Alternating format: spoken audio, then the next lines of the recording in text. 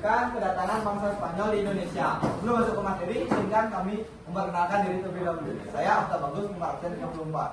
Saya Wayan Satria Jayasa, nomor absen 28. Saya Iman Wisnata, nomor absen 17. Saya Ibu Siwa Cendawan Putra, nomor 8. Saya Komandika Keupana, nomor absen 29. Saya Ikada Wijaya, nomor absen 13. Kita masuk ke materi yang pertama.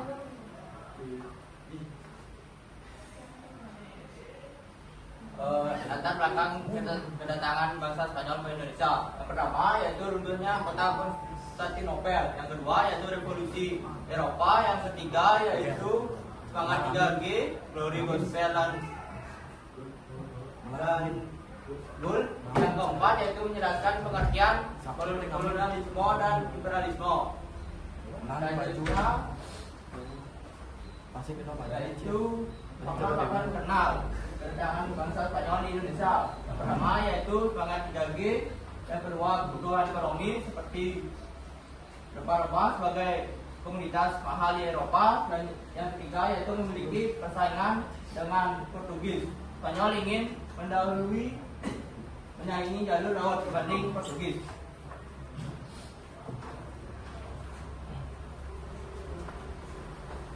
Selanjutnya adalah semangat 3G. Jadi semangat 3G ini adalah 3 tujuan utama mereka untuk menjajah. Jadi yang pertama itu ada gold adalah semangat mereka untuk mencari kekayaan. Kedua ada glory adalah semangat mereka untuk mencari sebuah kekuasaan. Dan yang ketiga ada gospel adalah semangat mereka untuk menyebarkan agama Katoliknya. Selanjutnya ada tokoh pemimpin kedatangan Spanyol di Indonesia. Yang ada digambar tokoh tersebut bernama Ferdinand Magellan. Jadi peran yang pertama yaitu memimpin ekspedisi Spanyol untuk tiba di Maluku. Dikarenakan bagian timur sudah dikuasai oleh jalur timur sudah dilalui oleh Portugis, jadi Spanyol pun coba jalur lain yaitu jalur barat. Dia melewati Samudra Atlantik, Amerika Selatan dan Samudra Pasifik. Selanjutnya yaitu membuka jalan bagi Spanyol tiba di Maluku. Di sini walaupun si Ferdinand Magellan meninggal, tapi dia berhasil membuka perjalanan bagi Spanyol untuk sampai di Maluku. Dan yang ketiga menjadi awal persaingan Portugis Spanyol di Indonesia sehingga perjanjian Zaragoza.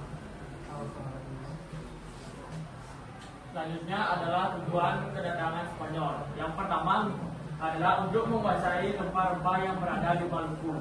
Yang kedua adalah mendirikan perdagangan sebagai saingan Portugis. Yang ketiga adalah menjalin hubungan dengan kerajaan-kerajaan yang berada di kerajaan lokal. Yang keempat adalah menyebarkan agama Katolik di Nusantara. Selanjutnya adalah reaksi masyarakat dengan kedatangan bangsa Spanyol. Yang pertama adalah sikap menerima. Awalnya kedatangan Spanyol sangat diterima baik oleh para masyarakat yang berada di Pulau Maluku, sehingga kerajaan-kerajaan di Maluku menjalin kerjasama dengan Spanyol. Selanjutnya adalah terjadi persaingan antara kerajaan-kerajaan. Kedatangan Spanyol memperkuat kerajaan Tidore yang melawan kerajaan Ternate yang didukung oleh Portugis. Selanjutnya masuk ke jalur pelayaran Spanyol di Indonesia. Jalur pelayaran Spanyol ke Indonesia dimulai dari kota Spanyol. Yaitu di sini pada tahun 1519 yang dipimpin oleh Kapten Ferdinand Magellan. Lalu menyeberangi Samudra Atlantik dan singgah di Brasil, tepatnya di Amerika Selatan. Lalu melalui Samudra Pasifik dan singgah di Kepulauan Filipina. Di sini Kapten Magellan gugur akibat terjadi perang dengan penduduk setempat. Ekspedisi diteruskan oleh Juan Sebastian Elcano. Dan pada tahun 1521 kapal-kapal Spanyol sampai di Maluku.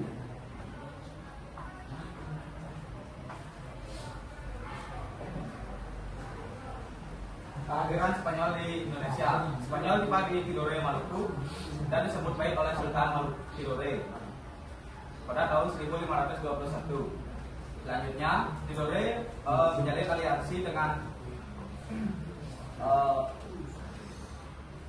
Portugis karena sudah bertemu dengan Ternate. Terjadi persaingan yang dipandu oleh Spanyol dan Ternate yang dipandu oleh Portugis.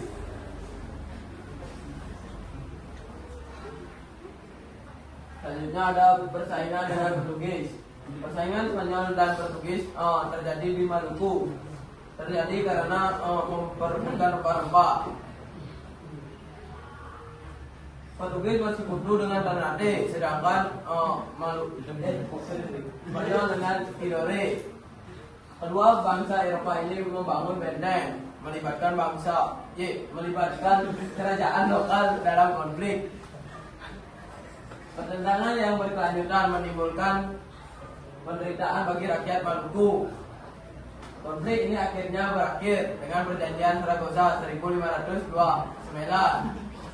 yang menetapkan Maluku dikuasai oleh Portugis dan Spanyol mundur ke Filipina. Perjanjian Zaragoza 1529. Maluku ditetapkan sebagai wilayah kekuasaan Portugis. Selanjutnya, Spanyol harus mundur dan memusatkan kekuasaannya di Filipina. Sejak ini pengaruh bangsa Spanyol berakhir di Indonesia.